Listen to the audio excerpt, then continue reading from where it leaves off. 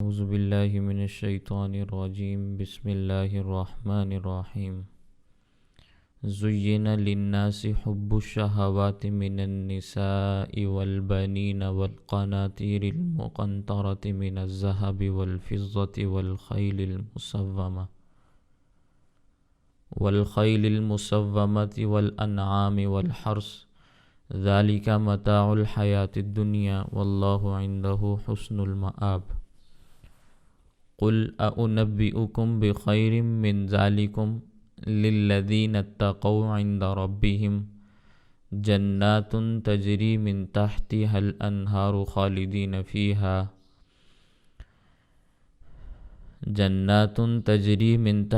الأنهار خالدين فيها وأزواج مطهرة ورضوان من الله والله بصير بالعباد الذين يقولون ربنا إننا آمنا فاغفر لنا ذنوبنا وقنا عذاب النار الصابرين والصادقين والقانتين والمنفقين والمستغفرين بالأسحار شهد الله أنه لا إله إلا هو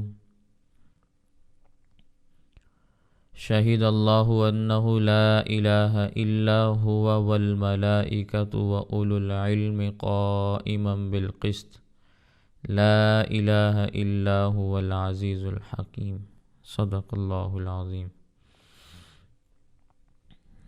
زینا مزین کی گئی ہیں للناس لوگوں کے لیے حب الشہوات خواہشات کی محبت من النساء عورتوں کی خواہش والبنین بیٹوں کی خواہش والقناطیر مال کی خواہش المقنطرتی جو بہت زیادہ ہو من الذهب سونے میں سے والفضتی چاندی میں سے والخیل المسومتی نشان لگائے ہوئے گھوڑوں میں سے والانعام مال مویشی میں سے والحرث کھیتی باڑی میں سے ذالک متاع الحیات الدنیا یہ دنیا کی زندگی کا ساز و سامان ہے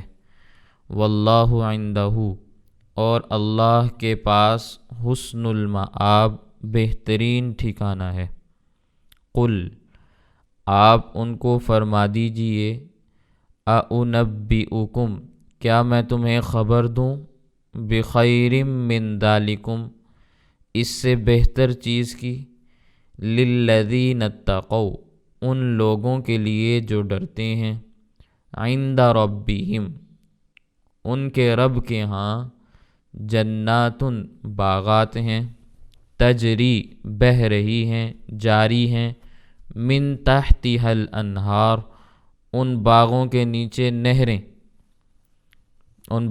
نیچے نہریں بہہ رہی ہیں خالدین فیہا ان میں وہ ہمیشہ ہمیشہ رہیں گے وازواج مطہرہ اور پاکیزہ جوڑے بھی ہوں گے ورضوان من اللہ اور اللہ تعالیٰ کی رضامندگی بھی ہوگی واللہ بصیر بالعباد اور اللہ تعالی بندوں کو دیکھ رہا ہے الذین یقولون ربنا الذین اللہ کے بندے وہ ہیں یقولون جو کہتے ہیں ربنا اے ہمارے پروردگار اننا آمنا بے شک ہم ایمان لائے فاغفر لنا ذنوبنا تو آپ ہمارے گناہوں کو بخش دیجئے وقنا عذاب النار اور ہمیں دوزخ کے عذاب سے بچا لیجئے الصابرین صبر کرنے والے تکلیفوں میں والصادقین اور سچ بولنے والے والقانتین اطاعت کرنے والے والمنفقین اللہ کے راستے میں خرچ کرنے والے والمستغفرین اور اللہ تعالیٰ سے معافی مانگنے والے استغفار کرنے والے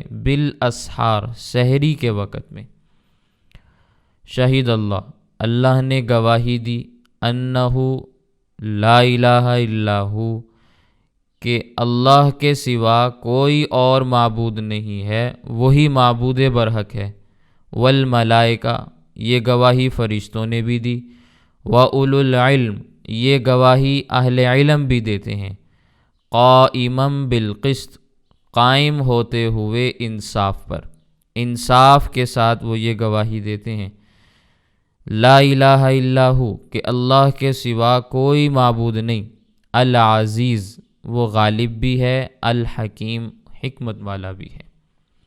یہ ان آیات کا ترجمہ ہے جو میں نے آپ کے سامنے تلاوت کی۔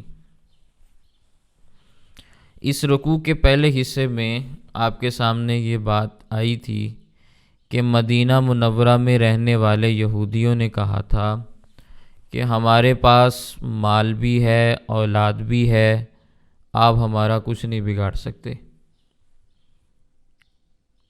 ہم حق پر ہیں، اگر ہم حق پر نہ ہوتے تو ہمیں اتنا مال اور اولاد نہ ملتی۔ تو انہوں نے اپنے اموال اور اپنی اولادوں کو اپنی دینی برتری کے لیے پیش کر دیا کہ ہمیں جو مال اور اولاد ملے ہوئے ہیں اس کا مطلب یہ ہے کہ عند اللہ ہم محبوب ہیں، اللہ کے پسندیدہ ہیں، اگر ہم حق پر نہ ہوتے تو ہمیں یہ چیزیں نہ ملتیں۔ اللہ تعالیٰ نے ان آیات میں یہ بات بیان فرمائی کہ یہ ساری کی ساری چیزیں عارضی ہیں، دنیا کا ساز و سامان ہے، دنیا میں فائدہ اٹھانے کی بس یہ چیزیں ہیں، یہ حق پر ہونے کی کوئی دلیل اور کوئی نشانی اور کوئی علامت نہیں۔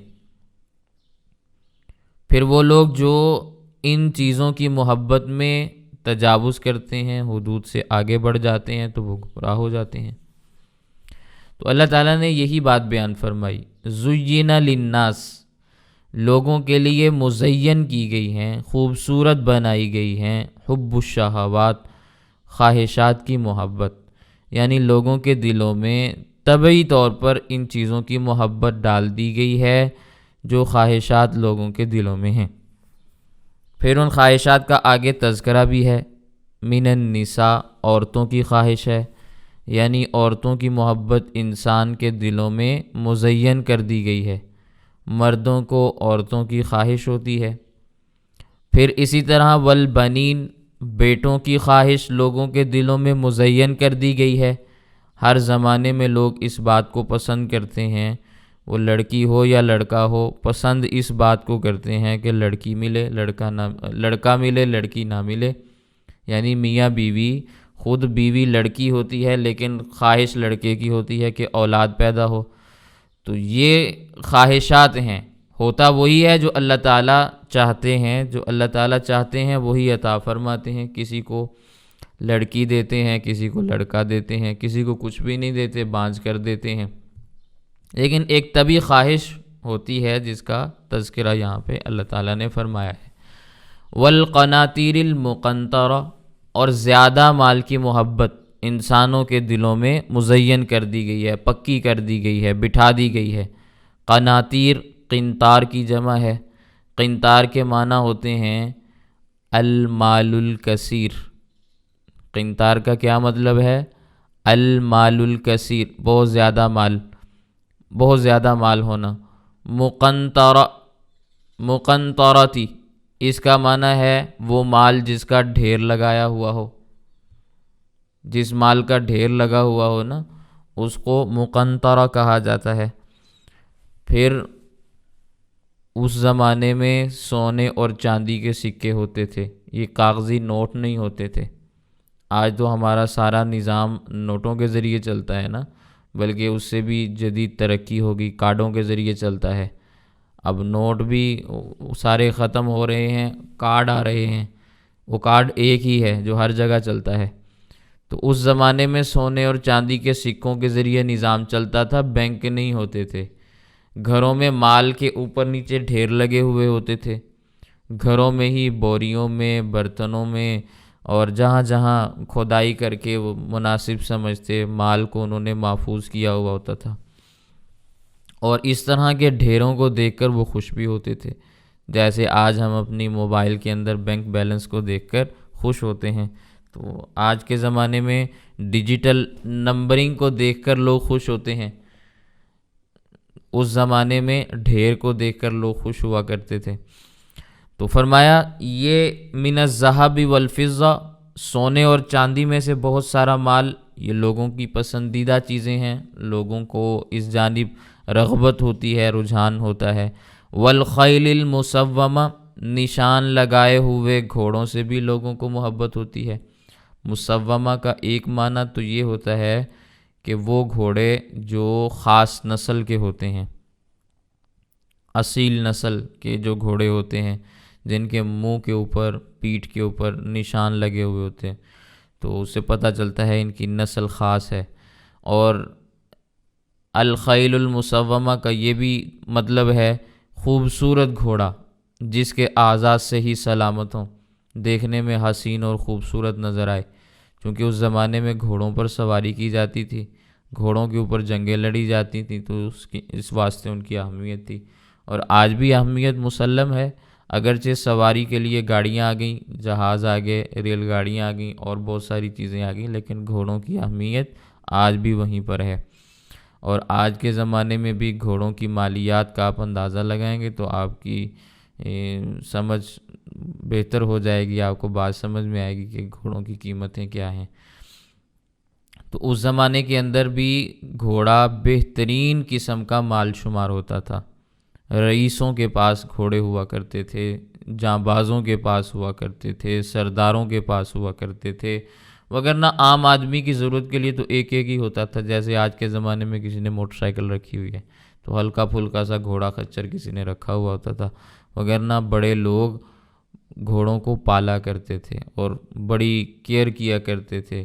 اور گھوڑا جانور بھی ایسا ہے کہ اتنی انسان کو اپنی کیئر نہیں کرنی پڑتی جتنی اس کی کرنی پڑتی ہے، اور ہلکی سی بھی اس کی کیئر کے اندر کمی بیشی ہو جائے تو ناراض ہو جاتا ہے، اس کے نخرے ہوتے ہیں۔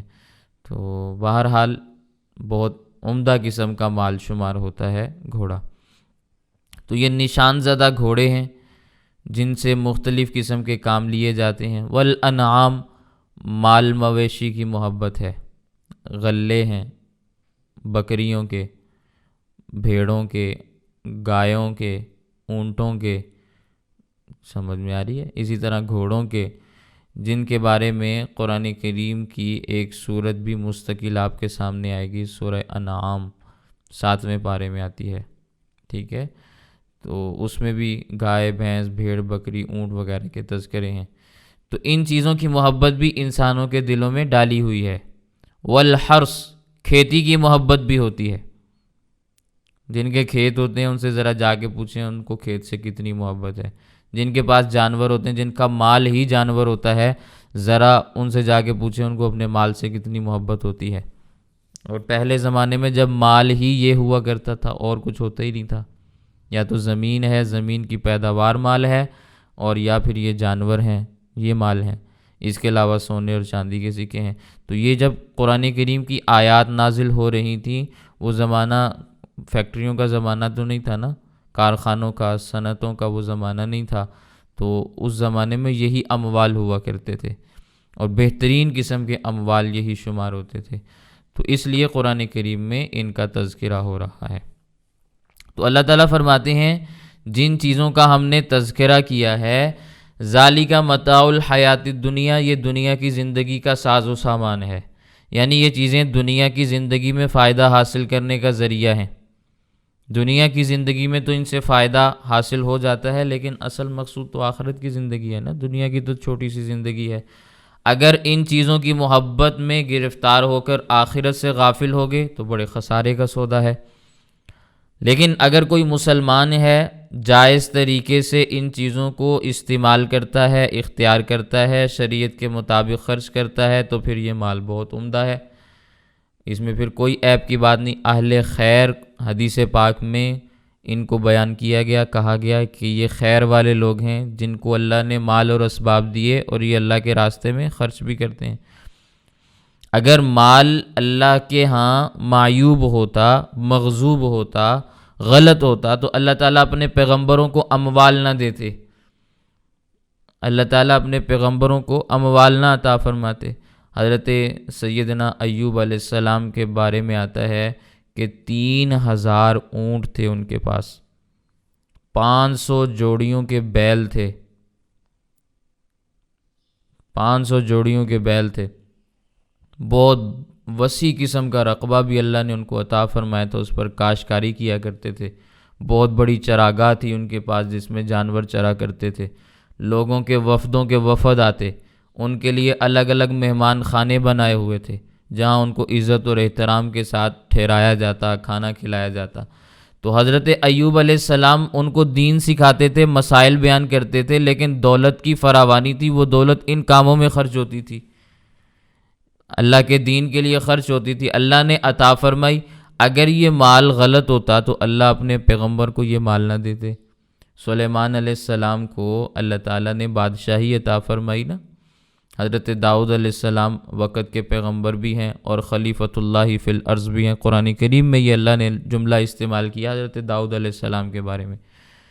اللہ نے ان کو بہت کچھ عطا فرمایا اور انہوں نے اپنے ہاتھوں سے بڑا مال کمایا دنیا میں، تلواریں بناتے تھے، زریں بناتے تھے، خود بناتے تھے، پھر اس کو بیچا کرتے تھے، تو یوں نظام چلاتے، مملکت کا نظام بھی چلاتے، بادشاہت بھی پاس تھی اور صنعت کاری بھی پاس تھی، ہاتھ میں اللہ نے نرمی بھی دی تھی کہ جس چیز کو آسانی سے جیسے ڈھالنا چاہتے ڈھال لیتے، چیزیں بناتے اور فروخت کرتے، تو دونوں چیزیں اللہ نے عطا فرمائی، اسے اسباب انہوں نے حاصل کیے، مال انہوں نے کمایا، لیکن اس کو لگایا کہاں پہ؟ دین کے اوپر لگایا نا، اور اپنے فریضہ رسالت کے اندر کوتاہی بھی نہیں آنے دی۔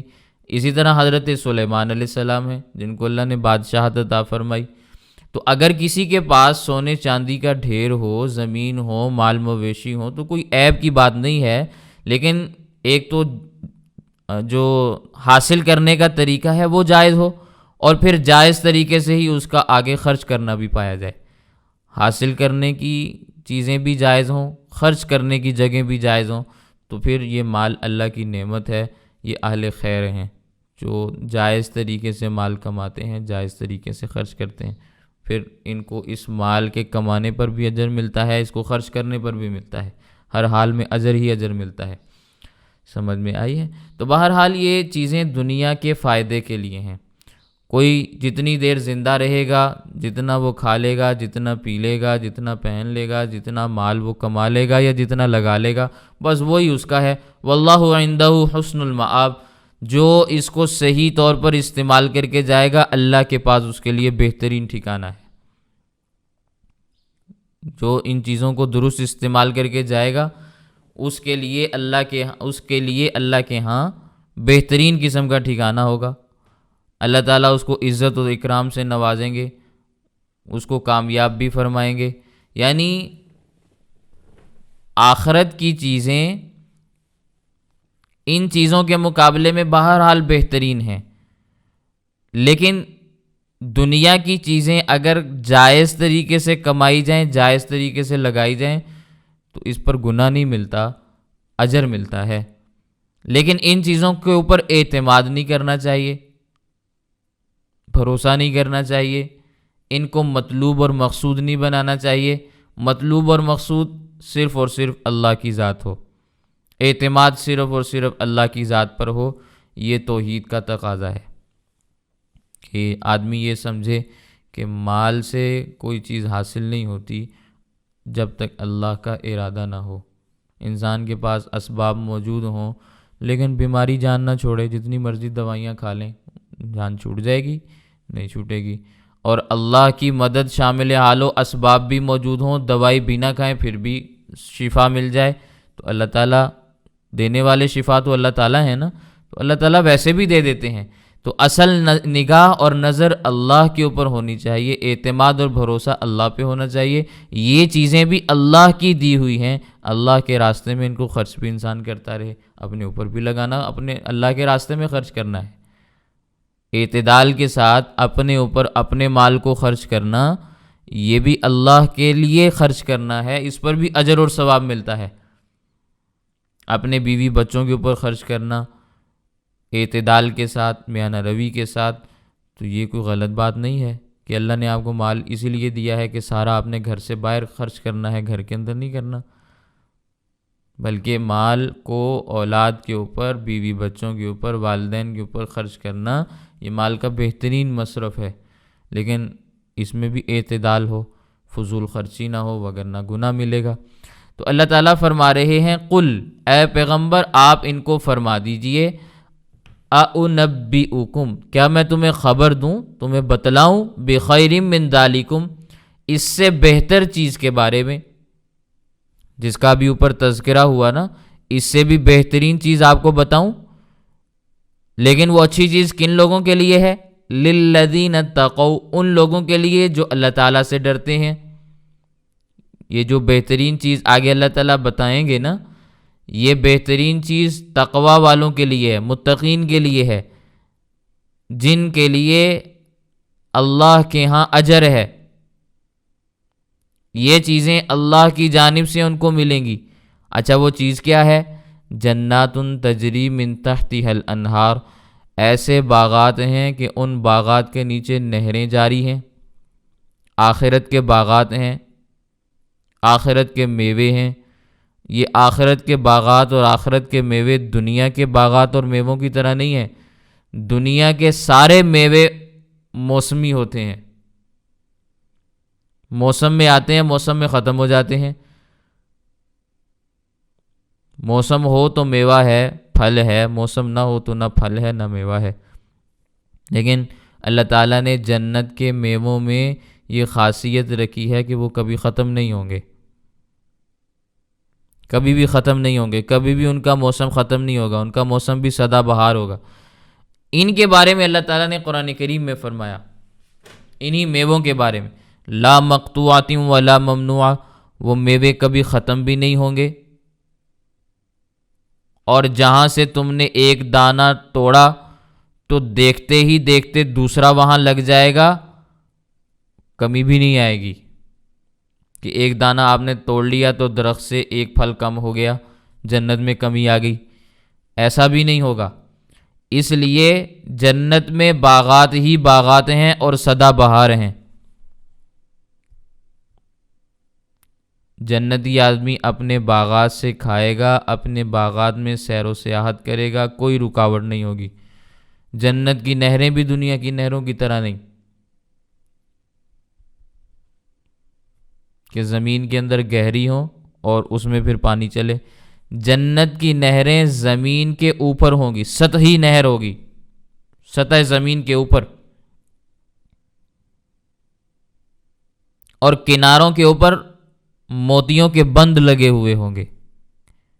اب ظاہر ہے پانی کو تو روکنا ہے نا، دودھ کی نہر ہے تو دودھ کو روکنا ہے، ایک ترتیب کے ساتھ اس کو چلانا ہے، تو اس کے لیے بند باندھنا پڑتا ہے۔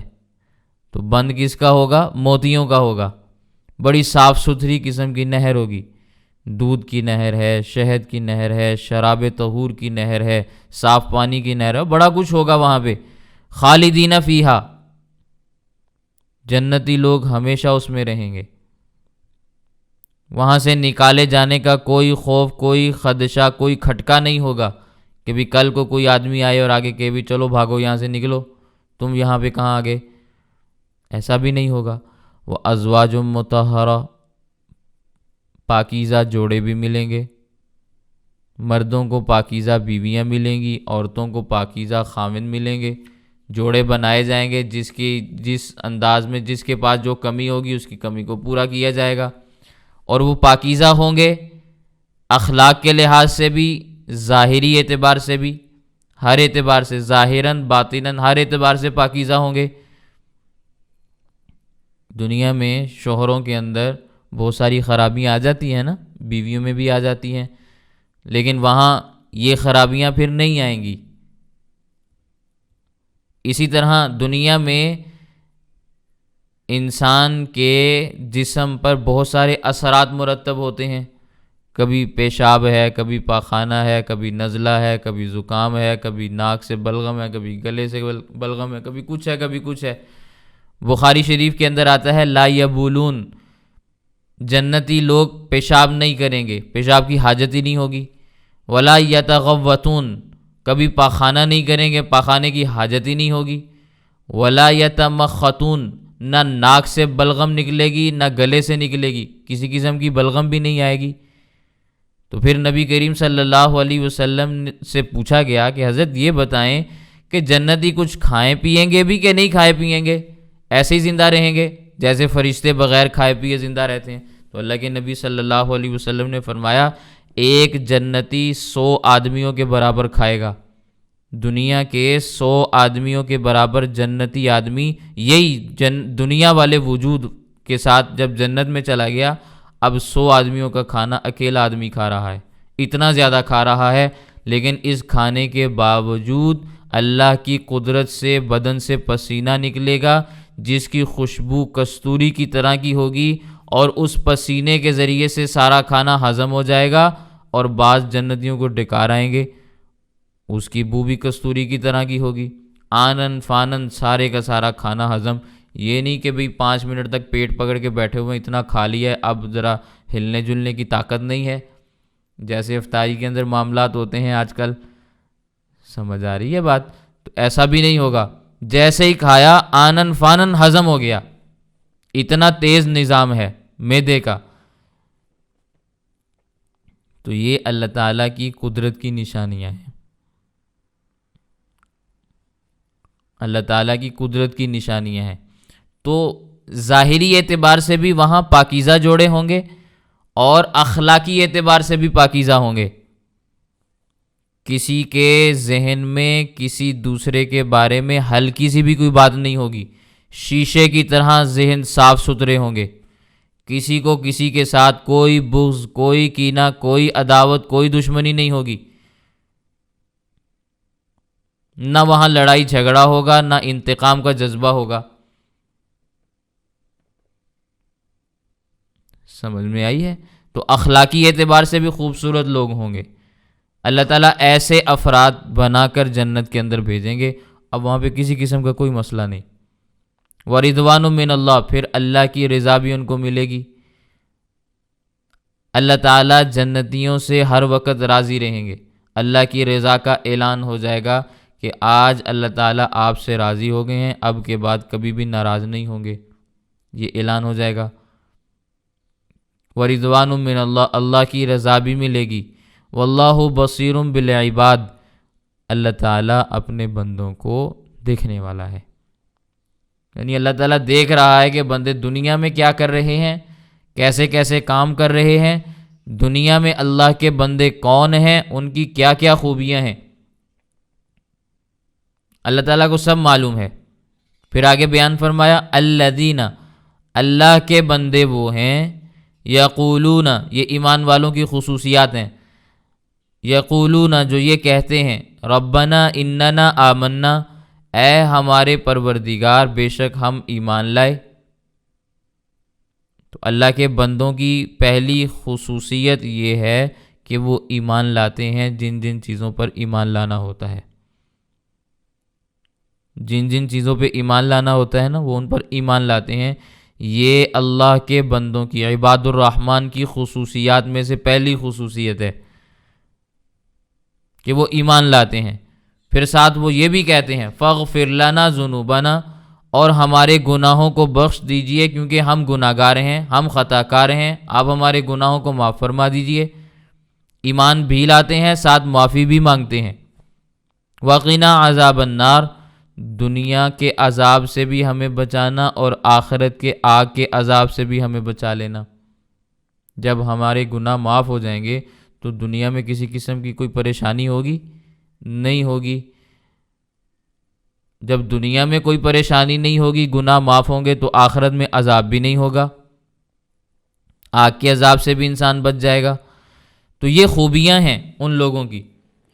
پھر وہ الصابرین، صبر کرنے والے ہیں، اگر کبھی تکلیف پیش آ جاتی ہے تو صبر سے کام لیتے ہیں، شرعی حدود کے اندر رہتے ہوئے بیماری کا علاج کرانا یہ سنت نبوی ہے۔ معاملات ہو جاتے ہیں بسا اوقات مختلف قسم کے دنیا کے اندر، ان میں صبر سے کام لینا چاہیے نا، بے صبری نہیں اختیار کرنی چاہیے۔ یہ صبر کرنا یہ عباد الرحمن کی خصوصیات میں سے ہے، وہ صبر سے کام لیتے ہیں۔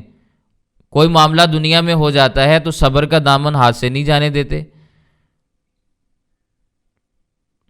دشمن نے حملہ کر دیا تو دشمن سے اپنا دفاع کرتے ہیں، لڑائی کرتے ہیں اس سے، لیکن بے صبری کا مظاہرہ نہیں کرتے، بے قراری کا مظاہرہ نہیں کرتے، اللہ کی ذات پر اعتماد کرتے ہوئے صبر سے کام لیتے ہیں۔ جو احکامات اس وقت کے مطلوب ہوتے ہیں ان پر عمل پیرا بھی ہوتے ہیں۔ تو الصابرین یہ عباد الرحمن کی خصوصیات ہیں کہ وہ صبر کرنے والے ہیں۔ دوسری خصوصیت یہ ہے الصادقین، وہ سچ بولنے والے ہیں۔ مومن ہمیشہ سچ بولا کرتا ہے، جھوٹ نہیں بولتا۔ ایمان والے عباد الرحمن سچے ہوتے ہیں، جھوٹے نہیں ہوتے۔ حدیث پاک میں آتا ہے، نبی کریم صلی اللہ علیہ وسلم نے ارشاد فرمایا، یتبع المرء مع کل خصلۃ الا الکذب والخیانہ، یعنی یہ بات ہو سکتی ہے کہ مومن میں کچھ عیوب بھی ہوں لیکن وہ جھوٹا اور خائن نہیں ہو سکتا۔ آدمی سے آپ یہ امید لگا سکتے ہیں کہ اس میں گناہ ہوں گے، برائیاں ہوں گی، کمیاں ہوں گی، لیکن وہ جھوٹا اور خائن نہیں ہو سکتا۔ جھوٹ آئے گا ایمان چلا جائے گا، خیانت آئے گی ایمان چلا جائے گا۔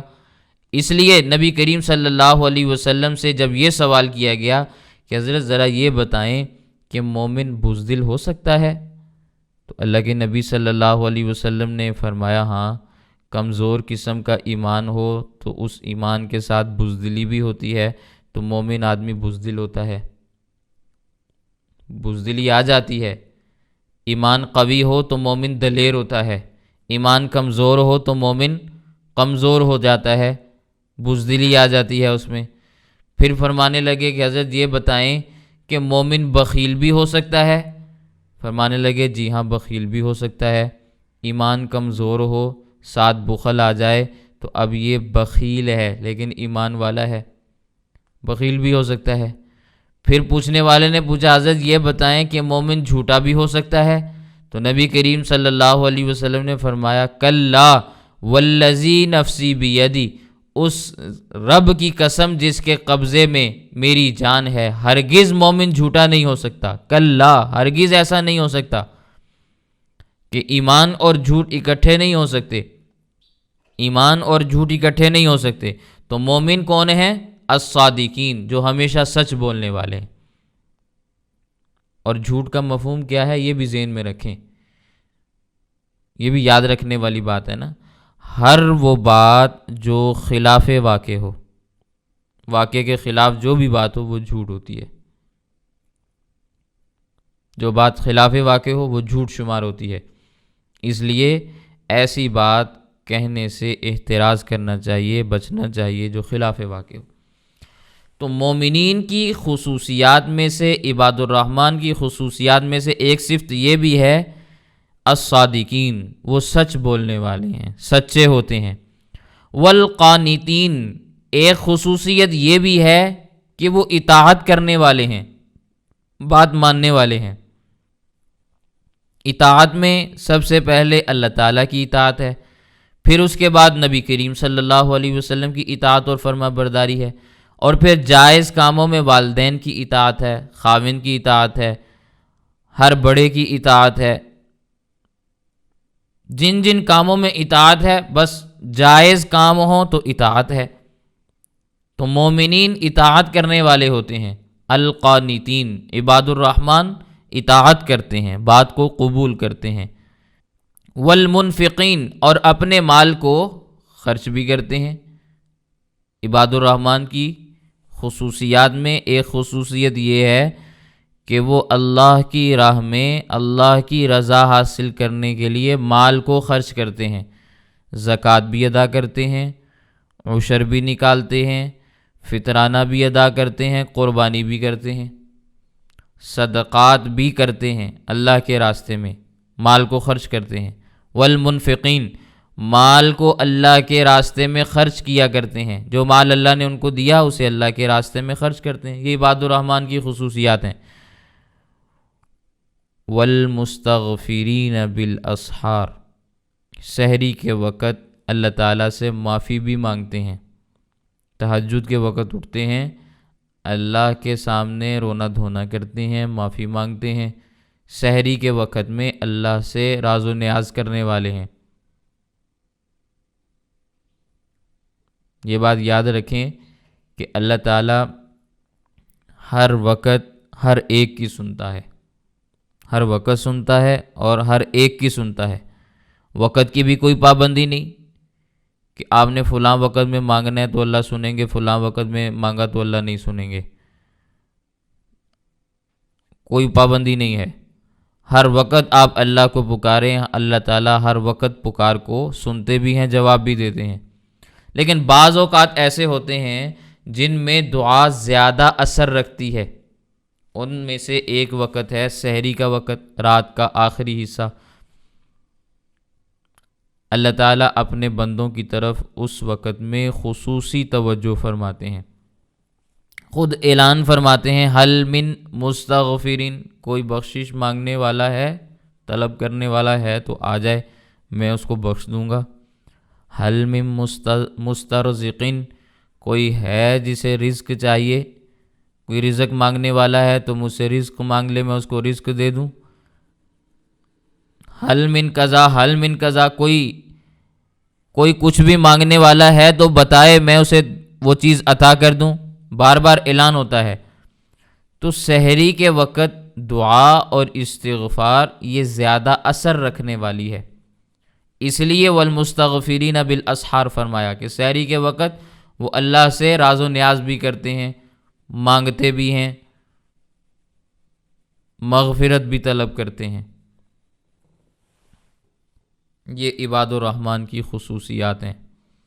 پھر شہید اللہ انہ لا الہ الا ہو، اللہ تعالیٰ گواہی دیتا ہے کہ بے شک اللہ کے سوا کوئی معبود نہیں ہے، کوئی معبود نہیں ہے، کوئی مشکل کشا نہیں ہے، کوئی خالق نہیں ہے، کوئی مالک نہیں ہے، کوئی رازق نہیں ہے، کوئی قانون بنانے والا نہیں ہے، کوئی نذیر اور کوئی یہ ڈرانے والا نہیں ہے، اور کوئی ایسا بھی نہیں ہے جس سے ڈرا جائے سوائے اللہ کی ذات کے۔ اللہ تعالیٰ خود اس بات کی گواہی دیتے ہیں کہ میرے سوا کوئی بھی نہیں ہے۔ والملائکہ، اللہ کے فرشتے بھی گواہی دیتے ہیں کہ اللہ کے سوا کوئی عبادت کے لائق نہیں، کوئی حاجت روا نہیں، کوئی مشکل کشا نہیں، کوئی مالک اور کوئی رازق نہیں۔ وَأُولُو الْعِلْمِ، اہل علم بھی یہی گواہی دیتے ہیں، اہل علم کی گواہی بھی یہی ہے۔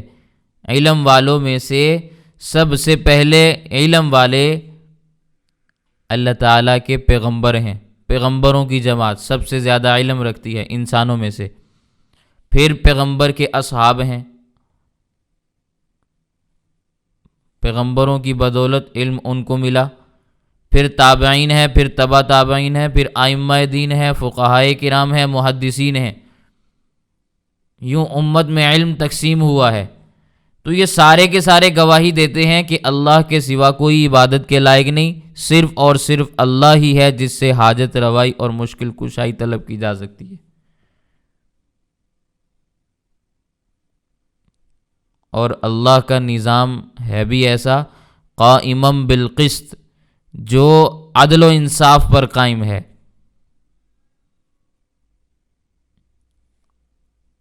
اللہ کا جو نظام ہے وہ عدل پر، انصاف پر قائم ہے۔ اور یہ جن لوگوں نے گواہی دی ہے نا، خود اللہ تعالیٰ نے دی، چلو وہ تو بات الگ ہے، فرشتوں کی گواہی، انبیاء کی گواہی، صحابہ کی گواہی، ائمہ کی گواہی، فقہا کی گواہی، محدثین کی گواہی، اولیاء کی گواہی، یہ گواہی بھی بالکل درست ہے۔ قائمم بالقسط کا دوسرا معنی یہ ہے لا الہ الا ہو، یہ گواہی بالکل درست ہے کہ اللہ کے سوا کوئی بھی نہیں ہے۔ العزیز الحکیم، اللہ تعالیٰ غالب بھی ہیں، حکمت والے بھی ہیں۔ اللہ کو غلبہ بھی حاصل ہے، سارا نظام بھی اللہ کے ہاتھ میں، قدرت اللہ کی، اختیار اللہ کا، قبضہ اللہ کا، ملک اللہ کا، ملکیت اللہ کی، بادشاہت اللہ تعالیٰ کی، ساری چیزیں اللہ تعالیٰ کے پاس ہیں۔ العزیز کا یہ معنی ہے، الحکیم، ہاں کبھی کوئی چیز تمہیں نہیں دیتا یا تم سے چھین لیتا ہے، یا گناہ پر تمہیں سزا نہیں دیتا یا کبھی سزا دے دیتا ہے، تو یہ کیا ہے؟ الحکیم، اس کی حکمت کا تقاضا ہے۔ وہ حکیم ذات ہے، جیسے مناسب سمجھتی ہے، جو اس کی حکمت کا تقاضا ہوتا ہے وہ ویسے کام کر لیتی ہے۔ یہ اللہ کی ذات حکمت والی ذات ہے۔